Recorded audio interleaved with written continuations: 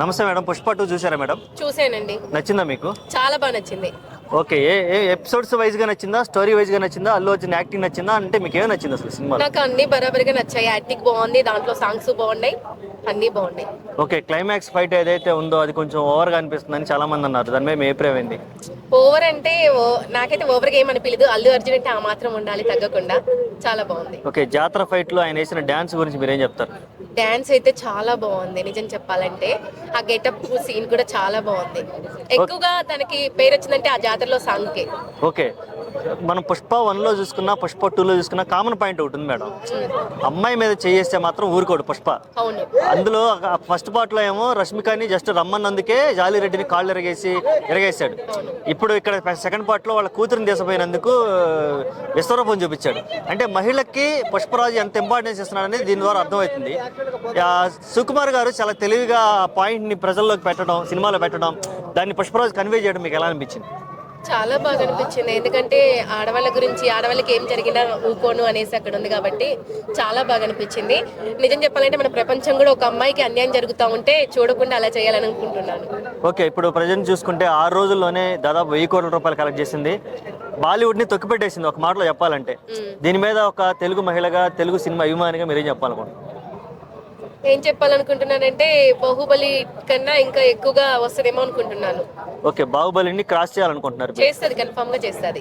చేస్తుంది. ఎందుకంటే దాంట్లో ఏంటంటే ఈ సినిమాలో పుష్పాల్లో తన వైఫ్ గురించి కొంచెం ఉంది కదా, చాలా బాగా అనిపించింది. Okay madam. ఇప్పుడు కలెక్షన్స్ అన్ని బాగున్నాయి, స్టోరీ బాగుంది, అంతా బాగుంది. కానీ ఇప్పుడు అల్లు అర్జున్ గారి మీద ఈ సినిమాకి సంబంధించి విపరీతమైన ట్రోల్స్ జరిగాయి సినిమాకి ముందు. ఇది ఎంత విష సంస్కృతి అంటారా, లేదంటే ఇది ఫ్రీ పబ్లిసిటీ అయిందంటారా ఆయనకి? నాకు తెలిసిన మటుకైతే తన ఫ్యామిలీ అయితే కావాలని ఎవరు చేయరు, పబ్లికే చేస్తుంది. పబ్లికే చేశారు. ఈ సినిమాకి ప్లస్ అయిందా, మైనస్ అయిందా? అది ఏమన్నా ప్లస్ మైనస్ అంటే రెండు విధాలుగా నేను చెప్పలేను. ఓకే. ఇక టికెట్ రేట్ల విషయానికి వస్తే కొంచెం బాగా టూ మచ్ అనే టాక్ అనిపించింది కదా, దాని మీద అభిప్రాయం ఏంది? టికెట్స్ అంటే సినిమా చాలా బాగుంది కాబట్టి, పుష్ప 1 కన్నా 2 బాగా చూస్తారు కాబట్టి, ఈ సినిమా కోసం చాలా మంది వెయిట్ చేస్తున్నారు కాబట్టి ఆ మాత్రం టికెట్స్ ఉన్నా కానీ ప్రతి ఒక్కరు వెళ్ళి చూసారు. టికెట్స్ ఎక్కువ రేట్ ఉంది కదా అనేసి చూడకుండా అయితే ఎవరు లేరు. ఓకే. అంటే 1000 రూపాయలు పెట్టినా సరే వర్తబుల్ అంటారు ఆ సినిమా, కన్ఫర్మ్ గా చూస్తారు. ఓకే. ఇప్పుడు ఈ పుష్ప 2 సందర్భంగా మరో క్వశ్చన్ ఏంటంటే, ఏదైతే సంధ్య థియేటర్ లో మహిళ మృతి చెందిందో చాలా బాధాకరం. దానికి బాధ్యులు ఎవరై ఉండొచ్చు అంటారు? అంటే థియేటర్ వల్ల అల్లు అర్జున్ తీసుకోవాలా, లేకపోతే బాధ్యత ఎవరు తీసుకోవాలి?